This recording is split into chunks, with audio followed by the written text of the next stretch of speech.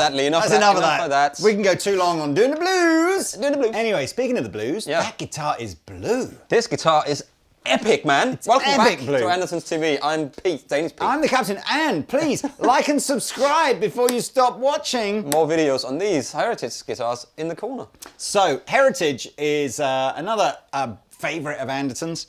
I love a Heritage. It's an interesting backstory behind Heritage. You can clearly see where the inspiration is coming from these guitars, but the relationship's a little deeper than that. Back in the 80s, Gibson up sticks from their original factory in Kalamazoo, moved down to Nashville. Kalamazoo, That's a kazoo. Oh. Moved down to Nashville, and the rest, as I say, is history. And then some of the workers, I believe, from that original Gibson Kalamazoo factory bought the factory. Along with it came some of the old machinery that they would have made the guitars on, and they started a new brand of guitars called Heritage guitars, but making, obviously, Gibson kind of inspired instruments. Machinery that actually was used in some of the first guitar Gibson builds ever. 225 Parson Street. Yeah, I believe it's called. So we're going. I mean, if for whatever reason, you know, you've always hankered after a Gibson, but maybe you're looking for some alternatives or choices, and maybe you're thinking, maybe a little bit of that. Yeah. Anyway, Heritage definitely a brand worth checking out. Absolutely. Now, the H150 is their Les Paul looking instrument. I smell the nitro in the room. Sorry. Oh. So much nitro. I love it. I still think that Hugo Boss should bring out Smell of Nitro. Someone should. Should do, shouldn't they? We should do that. Should we? We should. Let's do that. If you're a aftershave manufacturer out there looking to just, do some OEM style aftershave for Andertons, we would do that. We would buy 100 bottles of Smell of Nitro right now. It'll be the biggest seller ever, I'm telling you, man. It's just men. So, like that. Or women, for women. To attract men. Oh, I see. Like a pheromone thing. Yeah, the opposite. You just want, whatever basically, you like. whatever, persuasion you are, if you want to attract guitar players, if you like, sweat yourself up with a bit of Smell of Nitro. It's perfect. If you want a rock star, you just put some of that stuff on, you go out and then you smell of You might be onto onto something there, whoa, Pete. Or just on something. Anyway, so the H150. It's an interesting one here. If you want the standard H150, price-wise, it's almost identical to a standard Gibson Les Paul, or a Les Paul Gibson. Hello? A Gibson Les Paul standard. Almost identical, and the specs are very similar, and so I suppose it just comes down to a personal preference. However, when you go into custom shop, and typically with custom shop, a bit more attention to detail on the finishing, maybe a little bit more attention to choosing the timbers. Pickups are a bit different. The Gibson custom shop stuff is way more expensive than the Heritage stuff. So maybe there's a value thing here. So anyway, in 2021, Heritage decided to introduce a plain top version of the guitar that Pete is holding here. This is one that we have in the studio here. This is the custom shop Heritage H150 standard. It's a flame top. And this would cost you about £3,500, which is, again, I'm just saying, relatively speaking, if you want a flame top Gibson custom shop Les Paul, you're talking more like £5,000. So it's a fair old difference in the price, and well worth checking out the Heritage. Absolutely. Anyway, flame tops, are expensive. Just getting the wood and book matching it and all that kind of stuff is expensive. They do a plain top. There's also a historical element to the plain top.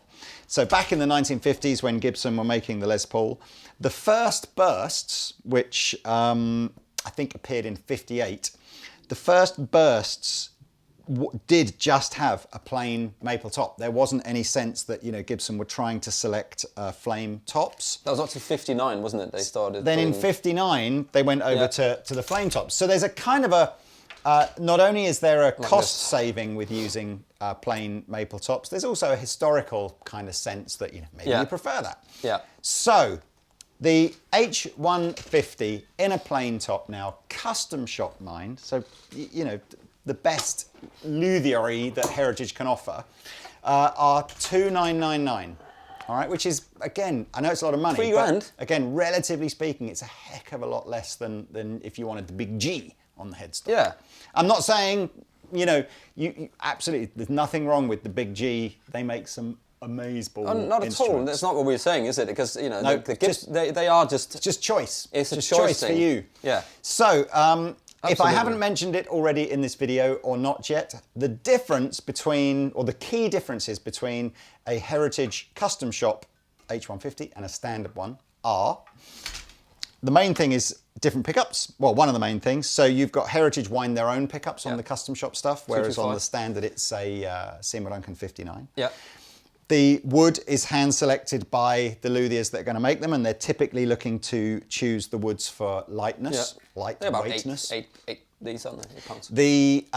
There is a little bit more sort of sense of aging, so like, aging the binding like that, but not aging in terms of relicking. These are a little bit like, I suppose, like Fender do on the NOS, and it's not quite as, even Gibson when they do VOS is a little bit more tarnished than these. This is like these are shiny here, aren't they? Yeah. Beautiful case. This would give it away, wouldn't it? Yes, there's no, what do you call that little motif? But there isn't one of those on a standard Heritage. No, it looks like a. Exactly.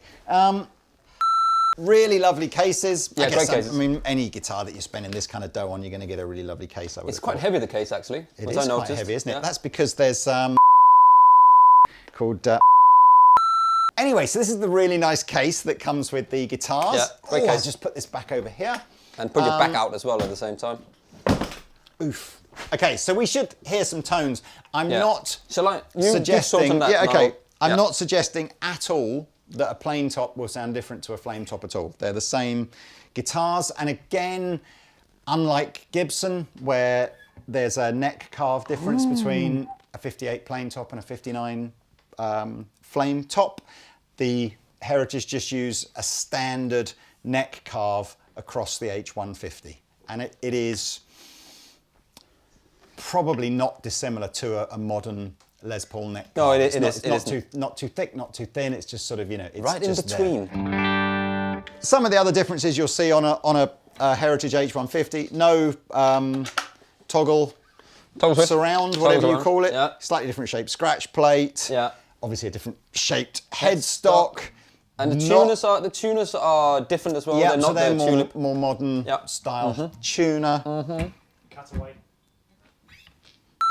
And those eagle-eyed amongst you will notice the cutaway is slightly different on a Heritage.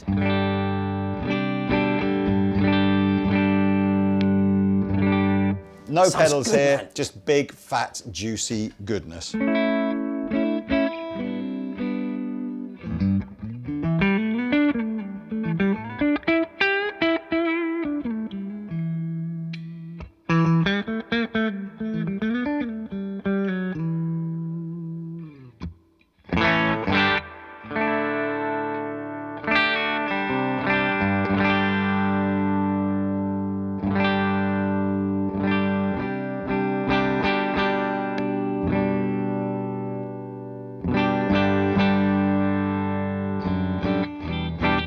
So loads of tones. Yeah. I was using, of course, because I'm contractually obliged to, the Thorpe Dane for my distortion.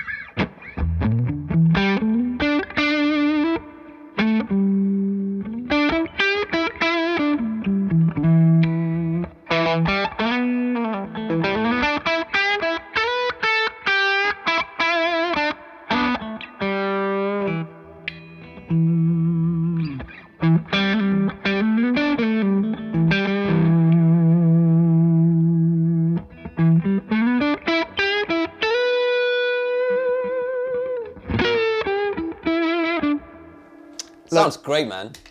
I'm not in any way trying to suggest that somehow or other Heritage have reinvented the wheel here. This is clearly, it's set its stall out, hasn't it? It has nailed its colours to the mast in terms of the vibe that it's going for. Yeah. But I just think, look, if you want that bucket list level custom shop quality. Yeah. That is expensive. It's the same with Fender. If you want Fender custom shop, you want Gibson custom shop, you pay the premium for it. You pay for the name. I get it all. There is an argument that the used resale value is higher and the depreciation is maybe lower and all that kind of stuff. Yeah. And that's all true, and you need to factor that all in. Yeah. But for just a straightforward $3,000 guitar versus other $3,000 guitars, it's difficult to beat, isn't it? It's a lot. Yeah, it's a lot for the money. Now, so that's the H150. As I said, all you can see in the background here are just different colours of the same thing. Yeah. So you've got all your sort of traditional bursts. Again, that's very much like my Les Paul, isn't it? I love the burst story. So again, you go back to the original bursts from Gibson. There were only two physical out the factory different colour bursts. Yeah, and they faded with time, didn't they? And, it's amazing. And now there's like 50 different kinds of interpretations of that burst, and they're all based on how actual guitars have just aged over years. And not even your Les Paul for it changed radically, didn't it? Just in like it's still doing it. It's weird because it's still going in a different, when you see it in different lights, and I see it from the beginning. It's funny, there was a guy, Nicholas, on Instagram posted it's just a PRS, but it was still a PRS from, that used to be blue, like, where it starts from one to the other. And then he posted a picture yesterday, or whatever it was, how much it's changed colour from 2007 till now. It's completely faded. Be really careful, by the way. If you own a sort of a nitrocellulose guitar, because it typically happens. Don't put it in the sun. It can happen on any guitar. Any guitar, yeah. If you leave it kind of, I don't know, hanging up in a room where maybe the sunlight only hits like a certain part of the body because of the way the curtains are, and you leave it there for like a few months over a summer, 100% when you literally next look at your guitar, it'll have like, wherever the sunlight kind of only hit it, it'll be a different colour there than it is. Can you see this? Elsewhere. Let's see if we can zoom in. Look at that. 2017, 2022. Holy moly! Yeah, can you zoom in on that? Maybe we just cut and paste that picture out and just use it, but that's crazy. Anyway, it's a completely different guitar. So, H150, that's crazy. Flame top, custom shop, really cool guitar. A little bit, another 500 quid gets you the flame top version, and then I love a Pelham Blue guitar. I don't think Big G has got Pelham Blue as a it's not our colour. You can. Pelham Blue is a colour. I've seen Collins. I see what you mean. Any brand can make a Pelham anyone Blue can make a Pelham Blue guitar, colour. yes. But look, Pelham Blue, and this is then Artisan aged. So your step up from the custom shop where they aged the guitar. So you can see this one has got like aged tuners, Grover, and it's got the a little bit of cracks in the lacquer, man. So all of this here now is oxidized. That's the vibe. So if this was the Big G, that would be classed as like a Murphy Lab, Murphy aged, and then you have your sort of light relicking and heavy relicking and all that kind of stuff. This is light. I would say this is light because there's no dings and dongs in it. So this is about 3,300. Is that on the website? Yeah, there's a link below. I was like, what? They got me with stupid. Again, it comes with a case, but see this with Simo Duncan's Seth Lover pickups in it as well. So you get lots of. I mean, man, look at it. That is monstrous. It looks piff, as people say nowadays. So the 535 has probably been the most popular heritage that we've done. Yeah. And again, I suspect it's probably because I love this, man. Maybe to a certain degree, the Big G doesn't have quite such a stranglehold over that vibe as it seems to maybe have over this vibe. And also, it's a lot of money. The price is, the Big G stuff is, again, it's like $5,000 if you want a custom shop 335. Yeah, and then you get the Tom Murphy Ace, and it goes up the more you want. It's like 7, 8, 9 grand, and you go, hang on, that's a little bit. That's a bit. That's wicked. So you can get the 535 in lots of different colours. You can get it from the standard series as well. Yeah. They do a beautiful 530, which is the P90. Which we have super stunning. Which we got here. But yes, this is like a limited colour run. From Heritage of the Pelham Blue on a 535. Yeah, this is super light because there's no. Hello. So anyway, go on. Artisan aged. I know. The arguments will rage on about pre-aged guitars, but it gives it a vibe, and we always like them. But we talked about this. Who did we talk about this with? Nathaniel. Yes. He was saying when he moved to Chicago, his guitar would crack. So if you buy one of these in a nitro lacquer, and you're in Canada or somewhere where it's cold and dark and hot, whatever, up and down, this could happen to it overnight. I mean, you could put this away in your car, in the back of your car, get it inside, open the case up, and just go, and it will go immediately. So just be careful with that. So there we are. Let's have some tones. Oh, that's not even tones, but here we go. Goodness.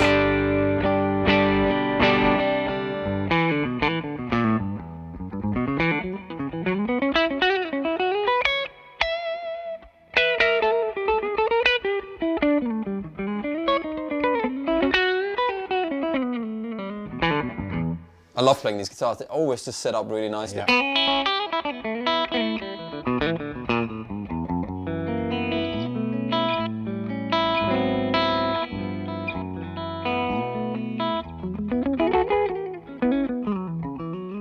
Is that really only, I say only, but is that really only 3/3? 3/3, yeah. I'll show you. Look. Because I went. No, that can't be right. 339, 3299. I mean, there's no pictures on it yet because it's so new. It just arrived. Now that's case included. Wow. Okay, man, a Bixby on this.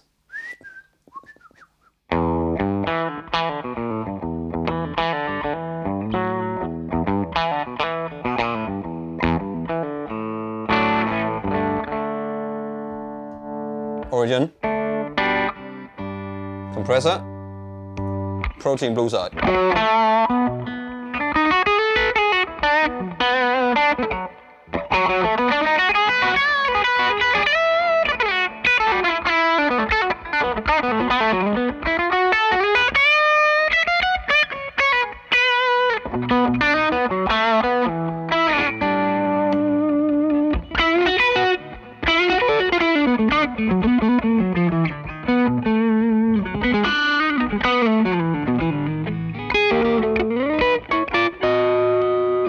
I mean, I just love it.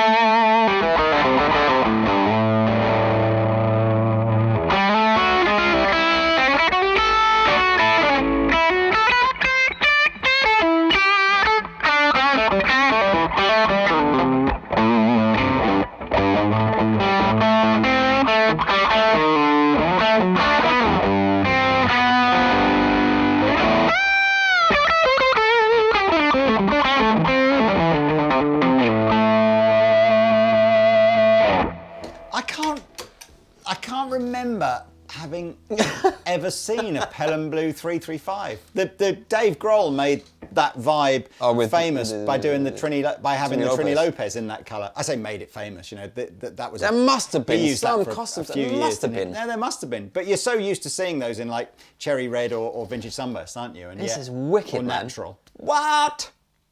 Just over $3,000. Yeah, look. I mean, we must do the shootouts at some point. I feel we're a bit flippant when we say, "Oh, it's only $3,000." I mean, that's a lot of money. It's a lot of money. But it's an inspirational thing. You can see, I play it and I'm going, wow, this is really nice. And every time I play any of these guitars, it's like you think, wow, that's a lot of guitar for the money, and they feel nice and they're set up really well. And I mean, the intonation is good and the action is good, and you know, these are straight out of the box. I mean, we keep saying that. The Seth Lover, Mr. Loverman. Mr. Lover. If you aren't familiar with him. So although it's a Seymour Duncan pickup, Seth Lover was the guy who worked at Gibson back in the 50s and designed the original PAF humbucker. And then before he died, Seymour Duncan sort of said, you know, show me the magic, Seth. Yeah, what are you doing? And so Seymour Duncan have had in their catalogue ever since. Give me 10 million. Of, you know, Seth Lover designed humbuckers. A set of Seth. A set of Seth.